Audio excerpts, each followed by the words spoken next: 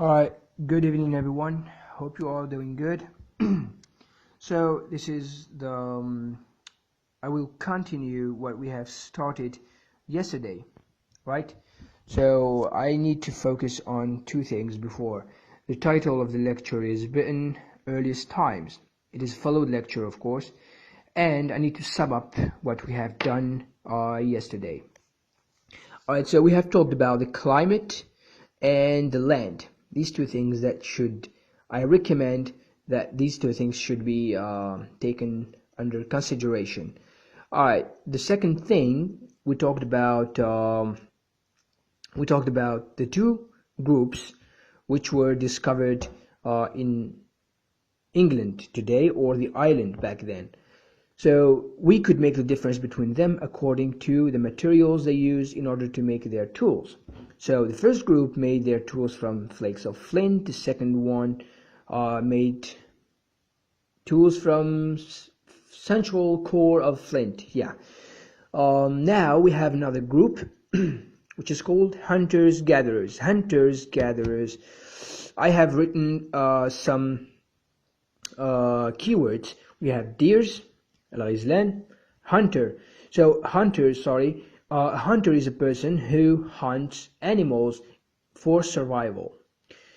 To survive, you need food, you need clothes, and we also have cold, ice age, and the ice age retreated, and deers died. So the story after or behind this kind of people, they were hunters in Europe, right? They used to hunt the deers in Europe. But it was a time of what we call Ice Age. So these deers, these animals, fled Europe in herds. Herds means al-qati', des troupeaux. Fled Europe and came to England. Right? So they came to England. Normally, the hunters followed them as well because they needed them for survival. They came to England on foot, not in boats.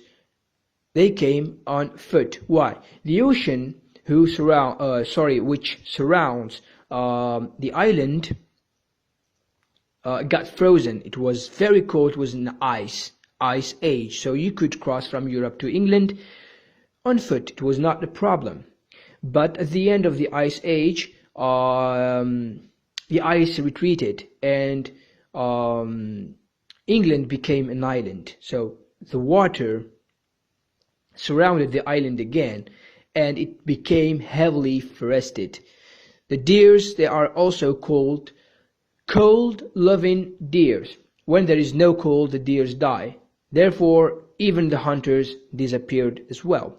We have another group, Neolithic people. Neolithic people, or also known Stone Age people. So, before talking about these two things, I need to speak about the fact that they were successful farmers. They did not kill animals. They kept animals. They knew how to make pottery. Pottery is al-fakhar. And they came in small boats from Europe, from all around the world, I think. They came to England.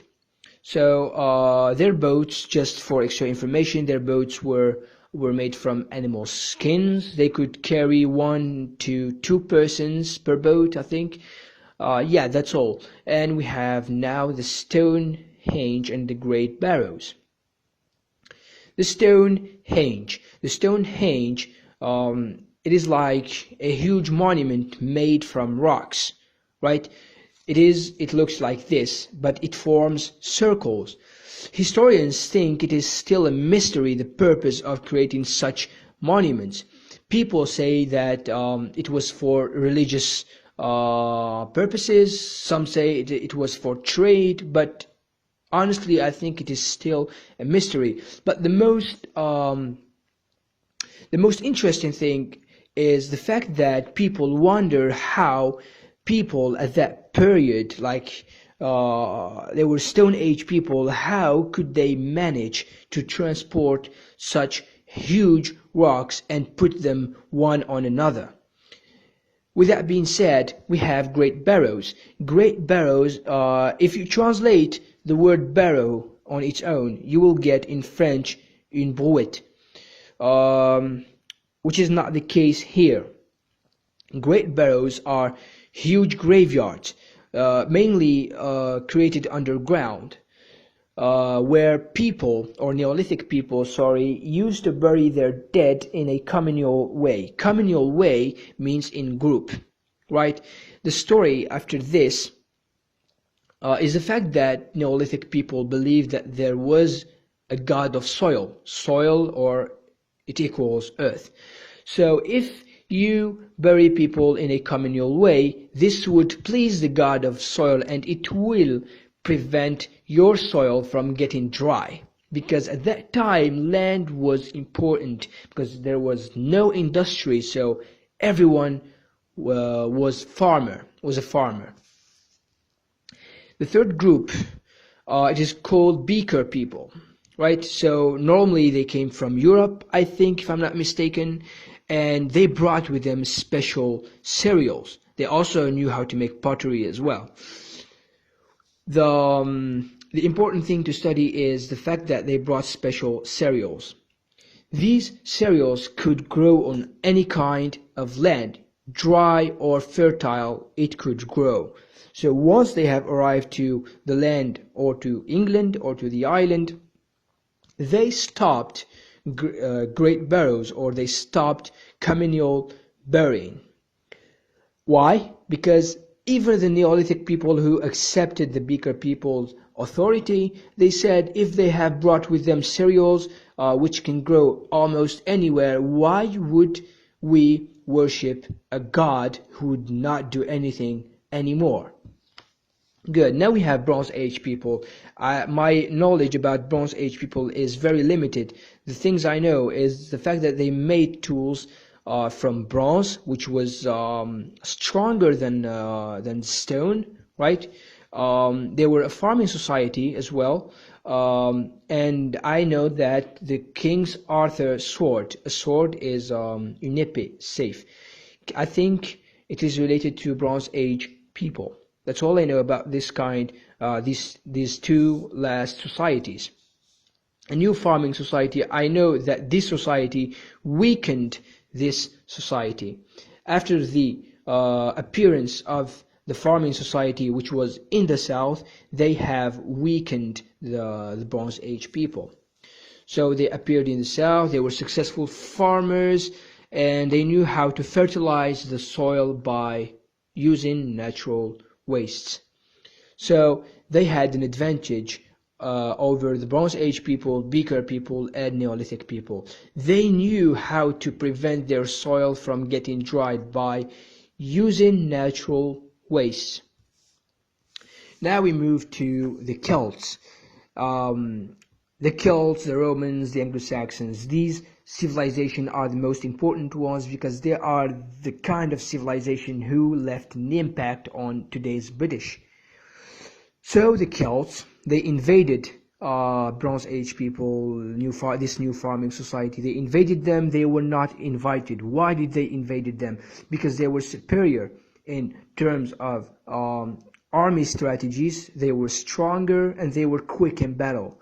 And also their weapons or arms were made from iron. And iron at that time was something revolutionary. It was very important to have a material made from iron. They were warriors, right? So they were tall, well-built, blue-eyed, and red-haired people. And it is believed that they are the ancestors of the British today. So they were divided into tribes, qaba'il, and each tribe has its own chief. And each chief is either elected or by winning fighting matches between individuals. So in order to be a chief with the Celts, you have to be elected or you have to fight someone else. If you win the fight, you can be chief of any given tribe.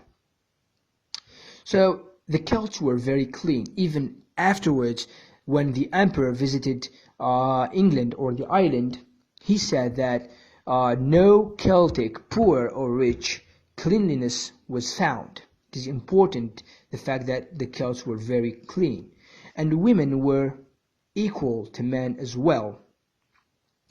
For example, or as a proof, we have Boethia, a Celtic woman, sorry. She, when there was a war between the Romans and the Celts, her husband was killed, and she took the throne of the tribe. She almost destroyed London, and every Roman soldier acknowledged her courage and bravery. Later on, when we talk about religion, the Celtic religion is still a mystery, but we know that during their reign there was human sacrifices. Their priests are called the Druids. The Druids cannot read, cannot write, but they have a strong memory about traditions and customs of their people. So, and also the priests or the Druids met. They did not have temples. They met in sacred grove of trees. I think that's about it for religion. And of course, it was a farming society. Great farmers. They grew a lot of food for a small population. They had such a small population, but they had a lot of food to spare. Why did they why did they have a lot of food supplies? It is because they had iron, and iron made them plow. Plow, it is written like this. Plow. Alright, plow, it is written like this. Plow in Arabic means al-harth. Iron made plowing strategies easier, and they could plow heavier soil, right? So they grew a lot of food for a small population, and they helped the Gauls in France. The Gauls are believed to be Celtic tribes who were living in France. These Gauls were in war with the Roman Empire. The Celts, or the British Celts, helped them by providing them food. The Romans took the British Celts as enemies, and they invaded them. That was the end of the Celtic civilization and the arrival of the Romans. Thank you, and if you have any kind of questions, please ask in the comments, or feel free to message me, and when I have time I will answer. And have a good night. Thank you.